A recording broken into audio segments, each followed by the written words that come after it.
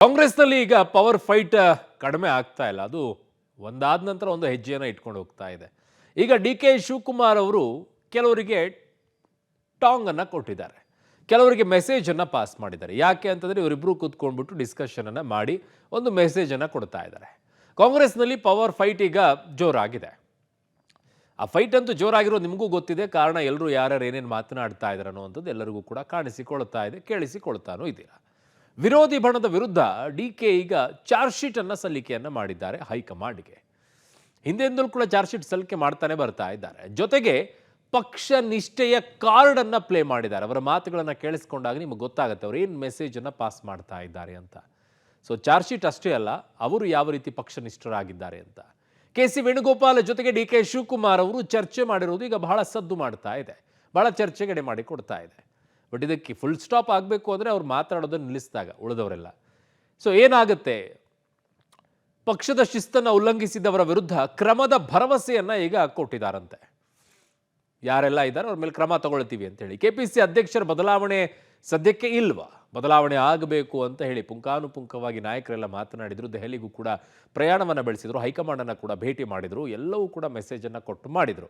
ಆದರೆ ಈಗ ಇನ್ನೊಂದು 6 ತಿಂಗಳು ಎಕ್ಸ್ಟೆಂಡ್ ಆಗಿದೆಯಾ ಕೆಪಿಸಿ ಅಧ್ಯಕ್ಷ ಸ್ಥಾನದ್ದು? ಯಾಕೆ, ಏನು, ಅದರ ಡೀಟೇಲ್ಸ್ ಇಲ್ಲಿದೆ ನೋಡಿ.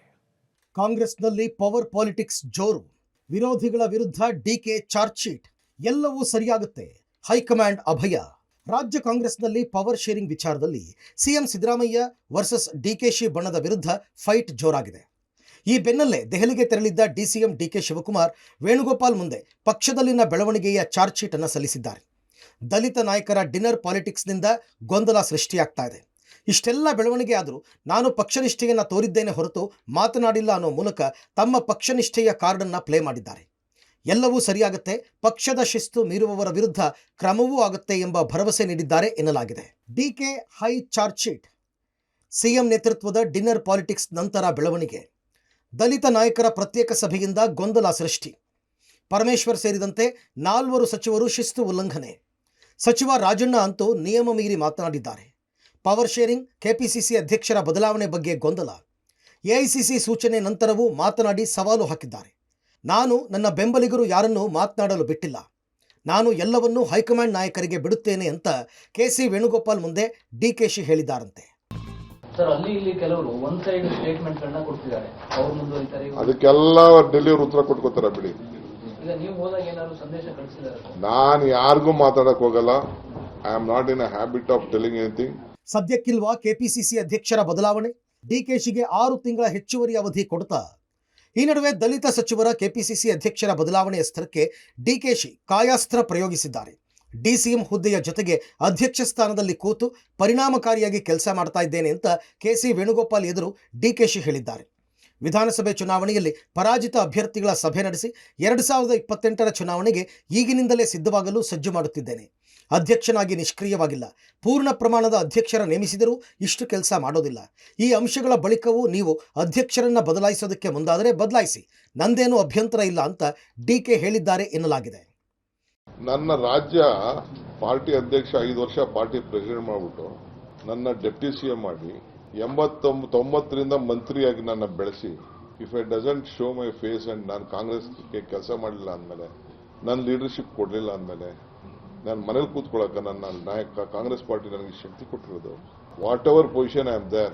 ನನ್ನ ಕೇರಳ ಕರೀತಾರೆ, ತಮಿಳುನಾಡು ಕರೀತಾರೆ, ತೆಲಂಗಾಣ ಕರೀತಾರೆ, ಆಂಧ್ರ ಕರೀತಾರೆ, ಅಸ್ಸಾಂ ಕರೀತಾರೆ, ಡೆಲ್ಲಿ ಕರೀತಾರೆ, ಬಿಹಾರ್ ಕರೀತಾರೆ, ಹಿಮಾಚಲ್ ಪ್ರದೇಶ್ ಕರೀತಾರೆ. ನಿಮ್ಗೆ ಕರೀತಾರ? ಸೊ ಇಷ್ಟೆಲ್ಲ ನನಗಿರೋಂಥ ವೈಬ್ರೇಷನ್ನು, ನನಗಿರೋಂಥ ಸ್ಟ್ರೆಂತು, ನನಗಿರೋಂಥ ಎಕ್ಸ್ಪೀರಿಯನ್ಸು ಬೇರೆ. We utilize every one. Siddaramaiah ಬೆಂಕಿ ಇದ್ದಂತೆ, ಮುಟ್ಟಿದ್ರೆ ಭಸ್ಮ ಆಗ್ತಾರೆ. ಮತ್ತೆ ಸಿಎಂ ಸಿದ್ದರಾಮಯ್ಯ ಜಪ ಮಾಡಿದ ಜಮೀರ್. ಸಿಎಂ ಕೆಪಿಸಿಸಿ ಸ್ಥಾನ ಖಾಲಿ ಇಲ್ಲ ಎಂದ ಮಿನಿಸ್ಟರ್. ಇನ್ನು ಕಾಂಗ್ರೆಸ್ನಲ್ಲಿ ನಡೆಯುತ್ತಿರುವ ಅಂತರ್ಯುದ್ಧಕ್ಕೆ ಸಂಬಂಧಪಟ್ಟಂತೆ ಸಿಎಂ ಸಿದ್ದರಾಮಯ್ಯ ಪರ ಸಚಿವ ಜಮೀರ್ ಅಹಮದ್ ಬ್ಯಾಟ್ ಬೀಸಿದ್ದಾರೆ. ಸಿಎಂ ಸಿದ್ದರಾಮಯ್ಯ ಬೆಂಕಿ ಇದ್ದಂತೆ, ಯಾರಿಂದಲೂ ಮುಟ್ಟೋದಕ್ಕಾಗಲ್ಲ, ಮುಟ್ಟಿದ್ರೆ ಭಸ್ಮ ಆಗ್ತಾರೆ ಅಂತ ಜಮೀರ್ ಬೆಂಕಿ ಮಾತುಗಳನ್ನು ಆಡಿದ್ದಾರೆ.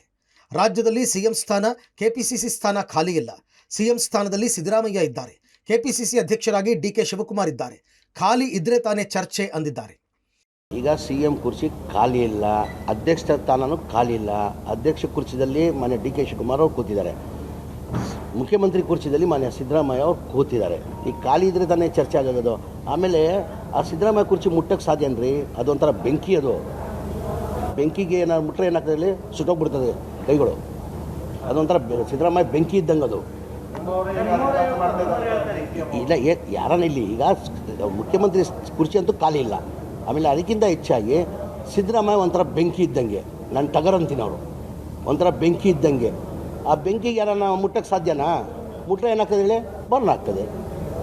ಹಂಗಾಗಿ ಸಾಧ್ಯನೇ ಇಲ್ಲ. ಒಟ್ನಲ್ಲಿ ಕೆಪಿಸಿಸಿ ಅಧ್ಯಕ್ಷರನ್ನ ಬದಲಾಯಿಸುವಂತೆ ಮನವಿ ಮಾಡುವ ನಾಯಕರಿಗೆ ಹೈಕಮಾಂಡ್ ಸಂದೇಶ ನೀಡಿದ್ದು, ಕೆಲ ತಿಂಗಳು ಯಾರೂ ಮಾತನಾಡದೆ ಸುಮ್ಮನಿರುವಂತೆ ಸೂಚಿಸಿದ್ದಾರಂತೆ. ಸ್ಥಳೀಯ ಸಂಸ್ಥೆಗಳ ಚುನಾವಣೆಯೂ ಬರ್ತಿರುವ ಹಿನ್ನೆಲೆಯಲ್ಲಿ ಕಾದು ನೋಡುವ ತಂತ್ರಕ್ಕೆ ಮುಂದಾಯ್ತಾ ಅನ್ನೋದು ಸದ್ಯದ ಪ್ರಶ್ನೆ. News desk, public TV. ಸರ್ಕಾರ ನಡ್ಕೊಳ್ತಾ ಇರುವಂಥ ರೀತಿಯನ್ನು ನೋಡ್ತಾ ಇದ್ರೆ, ಅಲ್ಲಿರುವಂಥ ನಾಯಕರು ನಡ್ಕೊಳ್ತಾ ಇರುವಂಥ ರೀತಿಯನ್ನು ನೋಡ್ತಾ ಇದ್ರೆ, ಸರ್ಕಾರದ ವಿಫಲತೆಯನ್ನು ಮುಚ್ಚಿ ಹಾಕಿಕೊಳ್ಳೋಕೆ ಈ ಡ್ರಾಮಾವನ್ನು ಮಾಡ್ತಾ ಇದ್ದಾರೆ ಅಂತ ಅನಿಸುತ್ತೆ ಇವ್ರು ಮಾಡ್ತಾ ಇರೋದು. ಯಾಕಂದರೆ ಮೇನ್ ಲೀಡರ್ಸ್ಗಳೇ ಸುಮ್ಮನೆ ಇಂಥ ಹೇಳಿಕೆಗಳನ್ನು ಕೊಟ್ಕೊಂಡು ಡ್ರಾಮಾ ಮಾಡ್ತಾ ಇರೋಂಗಿದೆ.